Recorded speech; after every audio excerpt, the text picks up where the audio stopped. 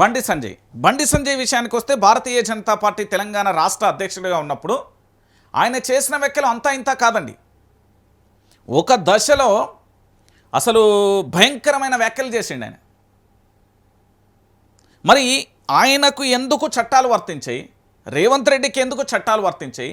కేవలం బీఆర్ఎస్ పార్టీకి సంబంధించిన నేతలు, బీఆర్ఎస్ పార్టీకి సంబంధించిన శ్రేణుల విషయంలోనే ఎందుకు వర్తిస్తాయి అనే దానికి కూడా సమాధానం లేదు. ఇది తెలంగాణ సమాజం ఆలోచించాల్సిన విషయం. నేను ఎందుకు ఈ విషయాన్ని చెప్తున్నానంటే, ఈరోజు కేసుల విషయం మరోటో కాదు. కేసుల విషయాన్ని పక్కన పెడదాం, పెద్ద అయ్యేది లేదు పోయేది లేదు. అది న్యాయస్థానం చూసుకుంటుంది, వాళ్ళందరూ కూడా చూసుకుంటారు. కోర్టులు, ఇక్కడ ఉండే లాయర్లు వాళ్ళందరూ కూడా చూసుకుంటారు. అది అందరికీ తెలిసిన విషయమే. తెలంగాణ సమాజం కూడా మొత్తం కూడా అన్నీ కూడా అబ్జర్వ్ చేస్తుంది. ఎందుకంటే ఈ తెలంగాణలో జరుగుతున్న ప్రతి పరిస్థితిని కూడా తెలంగాణ సమాజం నిశ్చింతగా చూస్తున్నది. అది అందరికీ తెలిసిన విషయమే.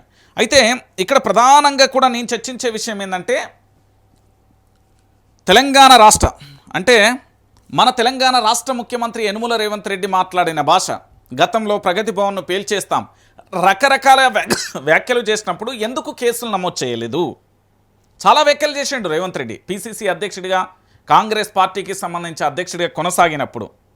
మరి ఈరోజు తెలంగాణలో ప్రశ్నించడమే నేరమా? తెలంగాణలో గట్టిగా మాట్లాడితే కష్టం వచ్చే పరిస్థితి ఏర్పడింది. కానీ ఇక్కడ తెలంగాణ చైతన్యవంతమైన గడ్డ కదా, అదిరేదు లేదు బెదిరేది లేదు, ఏమన్నా చేసుకో అనే పరిస్థితి ఏర్పడుతుంది తెలంగాణ. నిజం ఇది. ఎవరు అవునన్నా ఎవరు కాదన్నా ఇది నిజం. చాలా వరకు మనం చూసాం. రేవంత్ రెడ్డి మాట్లాడే మాటలన్నీ కూడా చాలా భయంకరంగా ఉన్నాయని బీఆర్ఎస్ నేతలు గతంలో కూడా ఫిర్యాదు చేశారు. మీకు ఉదాహరణకు ఒకటి చెప్తాం. రేవంత్ రెడ్డి వ్యాఖ్యలు ముఖ్యమంత్రి ప్రాణానికి ముప్పు తెచ్చేలా ఉన్నాయని, మావోయిస్టులకు ఉసుగొలిపేలా ఉన్నాయని ఆరోపిస్తూ బీఆర్ఎస్ నేతలు డీజీపీకి అదేవిధంగా చాలా పోలీస్ స్టేషన్లలో లిఖితపూర్వకంగా ఫిర్యాదు చేసిళ్ళు గతంలో. ఎందుకంటే ఇష్టం వచ్చినట్టుగా మాట్లాడిండు రేవంత్ రెడ్డి. ఒక్క మాట రెండు మాటలు కాదు, బండి సంజయ్ కూడా అంతనే మాట్లాడిండు. కానీ బీఆర్ఎస్ పార్టీకి సంబంధించిన సోషల్ మీడియా కానీ, బీఆర్ఎస్ పార్టీకి సంబంధించిన నేతలు కానీ ప్రజల సమస్యల మీద మాట్లాడుతూ ప్రజలలో పూర్తి స్థాయిలో వ్యతిరేకత వచ్చింది కాబట్టి ఆ వ్యతిరేకతను ఏం చేయాలో అర్థం కాని పరిస్థితులలో కేసులు పెట్టి భయభ్రాంతులకు గురి చేసే ప్రయత్నం చేసింది. కానీ చేసినాక అల్టిమేట్గా ఏమైపోయింది? ప్రజల నుంచి ఉద్యమం మొదలైంది, ప్రజా ఉద్యమం మొదలైంది. ప్రజా ఉద్యమం ఎట్లా మొదలైందంటే, ఇక్కడ ఉండే మేధావుల వల్ల కాదు, ఇక్కడ ఉండే ప్రజా సంఘాల వల్ల కాదు, ఇక్కడ ఉండే ఇంకో రకం యాక్టివిటీ చేసే వల్ల కాదు. ప్రజలే స్వచ్ఛందంగా రణరంగంలోకి దిగిలి. ఎందుకో తెలుసా?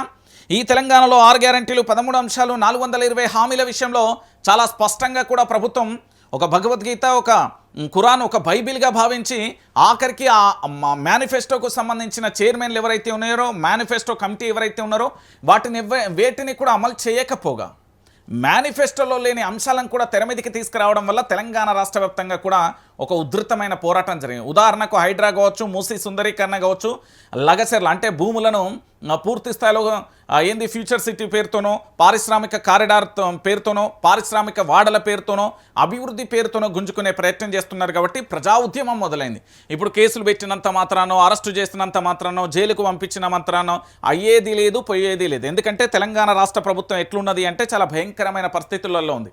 ఎందుకంటే తెలంగాణకు సంబంధించి, ఈ రాష్ట్ర ప్రభుత్వానికి సంబంధించి అధికార విభాగాలకు సంబంధించిన అధికారాలకు సంబంధించి అంటే రాష్ట్ర సిఎస్ నుంచి వివిధ శాఖలు ఉంటాయి. ఇక్కడ ఆర్థిక శాఖ కానీ చాలా శాఖలు ఉంటాయి. మనందరికీ తెలిసిన పోలీస్ శాఖ కానీ చాలా శాఖలు ఉంటాయి ఈ రాష్ట్రంలో, చాలా శాఖలు. ఆ శాఖలు ఎవ్వి కూడా పూర్తి స్థాయిలో ప్రభుత్వానికి సంపూర్ణంగా మద్దతు తెలిపే పరిస్థితులలో లేదు. కాబట్టి ఇక ముఖ్యమంత్రిగా భవిష్యత్తులో ముఖ్యమంత్రి ఇదే చివరి అవకాశం అనుకుంటా. ఇక 2 ఏళ్ళు ఇంకేం చేస్తాడో ఈ మహానుభావుడు, ఏం చేస్తాడో చూద్దాం మనమైతే.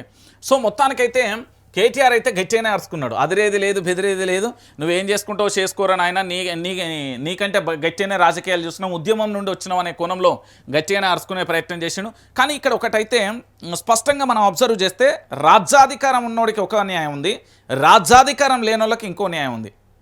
రాజ్యాధికారంలో ఉండి బండబూతులు తిట్టు. ఉదాహరణకు కాంగ్రెస్ పార్టీకి సంబంధించిన గాంధీ భవన్లో ప్రెస్ మీట్లు పెడతా అంటే ఒక్కొక్క రోజు ఒళ్ళు మండుతుంది, రక్తం సలసల మసులుతుంది. ఏం బూతు పురాణం, ఏం కథ? కేటీఆర్ని పట్టుకొని ఎన్ని రకాల మాట్లాడాడా?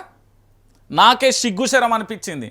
వీళ్ళు నాయకులా లేకపోతే గాడిదలా అనే కాడికి వచ్చింది. ఎందుకంటే కొంతమందిని అంటాను, నేను అందరినీ అనట్లే, కొంతమంది బూతు పురాణం విన్న తర్వాత అరే ఒరే ఏమిరా గిట్లా మాట్లాడతారా? అధికార పార్టీ అంటే ఎంత హూందాతనంగా మాట్లాడాలి. కొంతమంది ఆ ప్రెస్ మీట్లను చేస్తే కూడా చిరాకు లేచింది, చిరాకు అనిపిస్తుంది.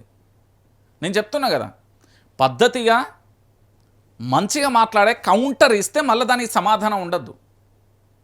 చాలా స్పష్టమైన ఆధారాలతో కౌంటర్ ఇవ్వాలి. కానీ నోటికి ఏది వచ్చినట్టే అది మాట్లాడతారు. మరి దాని మీద ఎందుకు గాంధీ భవన్కు సంబంధించి వాళ్ళ మీద ఎందుకు చర్యలు తీసుకుంటలేదో, వాళ్ళని పదే పదే ఎందుకు ప్రమోట్ చేస్తుందో నాకైతే అర్థం కాలేదు. ఈ 3-4 నెలల కాలంలో ఒక 8 దాకా చూసిన ఓ పెద్ద మనిషి ప్రెస్ మీట్లు మొత్తం భూత పురాణమే. అలా అరే ఒరే లుచ్చా గాడిది గివే మీకు కావాలంటే నా దగ్గర ఉన్నాయి చూపెడతా. ఆగమాగం గాంధీ భవన్కి సంబంధించిన పిసిసి అధ్యక్షుడు మహేష్ కుమార్ గౌడ్కి చెప్తున్నా నేను, అయ్యా మహేష్ కుమార్ గౌడ్ మీరు చర్యలు తీసుకోండి. అలాంటి వ్యక్తులను మీరు ఎక్కువగా కూడా ప్రమోట్ చేయకండి. అలాంటి వ్యక్తులతో మీరు ప్రెస్ మీట్లు పెట్టేయకండి. గలీజ్ అయిపోతుంది మీ పార్టీ. ఇప్పటికే కుక్కలు చింపిన ఇస్తారాకంటే రేపు పొద్దుగాల మడుగులో బొర్రే పార్టీ లెక్క అయిపోతుంది. నేను చెప్తున్నా కదా, ఎందుకు ఆ భూత పురాణం ఇవని కోసం.